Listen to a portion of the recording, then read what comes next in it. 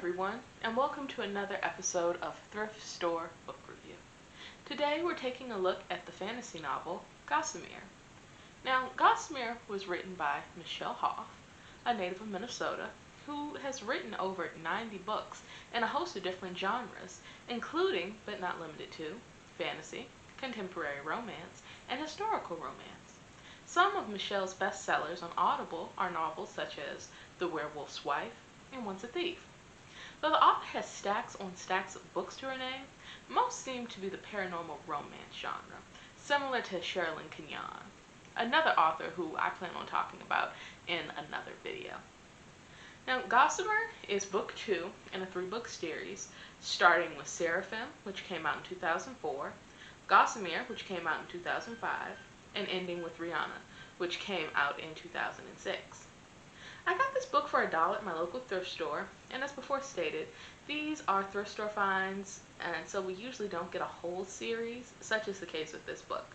But nevertheless, it was a book that I do want to talk about. Now, of course, let's start with the artwork. The Gossamer artwork, I don't know if you can see it very well, but it's okay. It's not spectacular. It's just a girl in the middle of a forest, twinkling lights around her. She has a staff, dressed a little weird, barefoot. It's book accurate as far as I can tell, which is definitely a plus, but you know, still just okay. It's nothing spectacular. All in all, I'd probably give it a 5 out of 10 just for it being book accurate, but that's about it. Now, on to talking about the book. Gossamer centers around a mortal girl raised in the land of Faerie. Now, Faerie is basically the magical realm of this book's universe. She wasn't born there, but ends up being raised there as the Fae King's daughter. Now, while this kind of setup may get an eye roll from you, dear viewer, it's one of my absolute favorites. I live for this kind of setup. I love someone being taken out of a place that is normally their own element and raised in something completely foreign. Think Tarzan or Canterbury from R.A. Salvatore books, or The Hunchback of Notre Dame, or even Thrall from World of Warcraft. It's the kind of character backdrop that I love. Anyway, the premise of the book is that a succubus is luring the ferrymen out of the world of Faerie and into the mortal world, aka our own. And when they go, they pretty much lose what the book calls their enchantment, or what makes Fae special. Since Gossamyr, our protagonist, thinks she's half mortal in the book, though, spoiler alert, she's fully mortal, she won't lose her enchantment as quickly, and as such volunteers for the task to go into the mortal world, defeat the succubus, and save all the Faerie. In the process of doing this, she meets Ulrich, a man who got caught in a fairy ring and danced until coming out of the dance 20 years later back into the mortal world and meeting Gossamer. He also can see dead people, but it's just about irrelevant that he has this ability. He is, of course, Gossamyr's love interest throughout the book. The plot of the book moves quickly, and the whole adventure is neatly set up in 14th century France. The succubus has a lackey, which later in the books is revealed to be Gossamer's banished Fae lover, and the succubus herself is revealed to be the Fae King's banished lover, so the book is in itself one big love fest gone wrong.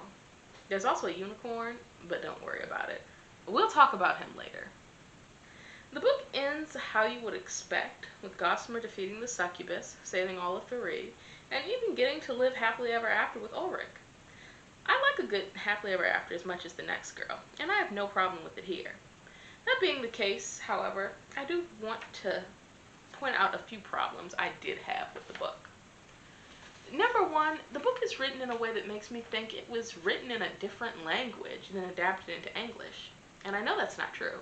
Michelle Hoff is from Minnesota, and I would hazard a guess that if one is American by birth and blood and was raised in the US, you probably know English. But this book has some weird style where it doesn't flow like English. When I see a character asking a question and say, "Think you not?" my brain has to translate into, "You don't think so?" That's the kind of writing style in the book, and though not bad, it was really hard to get into the book, reading through such weird phrasing. Now before we move on to number 2, I have a weird sub-tangent to go on for a second. In the book, it tries to make the word bone, like a chicken bone or a leg bone, into something that is slang for good. Now, I know bon, B-O-N, in French stands for good. But though the book clearly takes place in France, the book makes you understand the slang for good in this book is bone, B-O-N-E, not bon. So in the book, when something happens in 14th century France that's good, the character will be like, this is bone. And I laugh every time. It's so stupid. Ah, this is bone, right? Or in a French accent, this is bone, right? It's so stupid and it just takes me out of it. But it's still fun. So on to number 2, and that's pretty much, it felt like this book went by lightning fast. We really don't see the relationship adequately built up between Gossamer and Ulrich. On top of that, some characters feel like they're only added in the 3rd act, while some other characters are gone so fast it's a blink and you'll miss it kind of moment. Like when Gossamer and Ulrich are on the road to France, they run into a carriage that has a fae in a cage, held prisoner in this rich, austere, mysterious character, guarded by men in plate and on huge war horses. Gossamer, Ulrich, and this mysterious figure in the carriage have a chat, and we literally never see that character again. I kid you not. It's just this delightful, posh person with a fairy in a cage. And you think, oh, where's this going to lead? It leads nowhere. Nowhere. And early on in the book, we learn Ulrich can see the dead. And it's not very important. We get a unicorn and a real half-blood fae, unlike Gossamer. We run into a real one who's half-blooded, who lives in the mortal world. But it's only in the later part of the book. Now, I said we were going to touch on the unicorn, and here we are. The unicorn's horn is like a subplot of the book. It has nothing to do with Gossamer and everything to do with Ulrich, and we don't even get to see what it does until the latter half of the book. It's an important thing everyone wants, but only really starts wanting it again at the end of the book. And I guess this was because the author didn't want it to overshadow Gossamyr's thing, but Gossamer, and I kid you not, was in the lair of the succubus and left and then came back, all while the succubus wasn't there. And it was like finding the succubus was really quick. Getting to their lair wasn't hard. Heck, even beating her wasn't that hard. And you see how I moved on from the unicorn and his horn plot thing back to Gossamer? That's about as much time as the author gave to the unicorn subplot. The number 3 problem I had with this book was time. No matter which way I tried to figure it, I could not make heads or tails of how time worked in this book. Time in our world and the Fae world work differently. One is faster than the other. The question is, which one? In the first part of the book, we learn Ulrich spent 20 years away from the mortal world, which is our world. But when he was in the fairy world, it felt like a night had passed. And when he came back to our world, like I said, 20 years had passed, but he hadn't aged a day.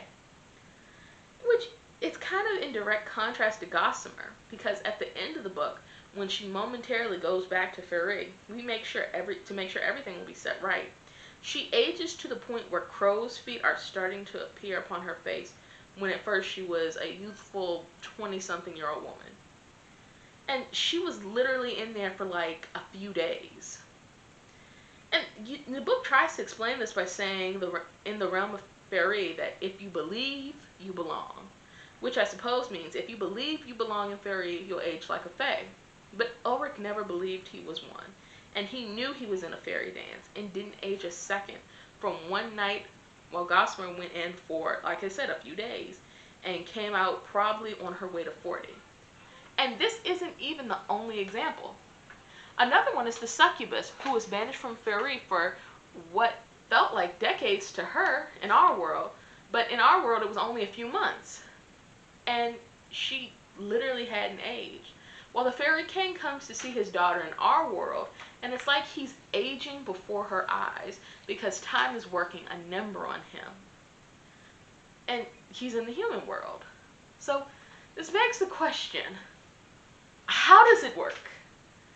Why is it that both the succubus and the Fairy King know where they belong, which isn't in the mortal world, but one is aging like an avocado and the other one isn't. How does this work? I do not know. And I really don't think the book knew either. But that's the last thing I really have to say negatively about the book, so let's focus on the positives. The book is solid. It's well put together fantasy. Gossamyr is a great fighter, but not unbeatable. She faces some fights that are hard, but she doesn't come off as a character that can easily defeat the big bad.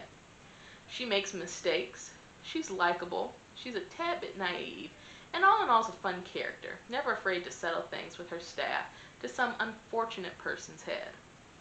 I personally don't wake up every morning and choose violence, but I can respect that Gossamyr does. Another of my favorite aspects of the book is that it doesn't use Gossamyr as the typical chosen one cliche. Don't get me wrong, all fantasy has the chosen one cliche, and this one does too, but the author manages to avoid the obvious pitfalls of the chosen one stereotype. Gossamyr doesn't shy away when the Fae need her. There's no doubt that she's the right one for the job, or that at any moment she has to be convinced that she's the only one who can do this. She volunteers to go into the mortal world without having to be coaxed or persuaded by a wise figure. She's been trained, she's confident, she knows her path.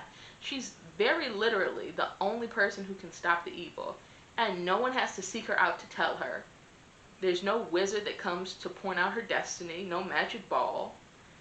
Just she knows what she has to do and she goes to do it. Um, she you don't really see that in a lot of fantasy, where it's like you don't have anyone guiding you to that path, or no one like, oh, you must go here, but no, I don't want to. There's none of that, which is pretty great. Actually, it's honestly refreshing. I wish more books did it. And all in all, the book was decent. It was a solid read. And if I could wish for anything concerning this book, I wish that the book just came with more pages. More pages to expand upon the characters and the world, so we got to know everyone just a little bit better. I think that would make Gossamyr a top-notch book. As it stands, though, I just call it passable. It's a fine fantasy book if you're looking for something light without deep, deep lore, or just want a fantasy that's quick, sweet, and to the point. Well, that's all I have for today. As always, I'm the Jack of all trades, and I'll see you when I see you.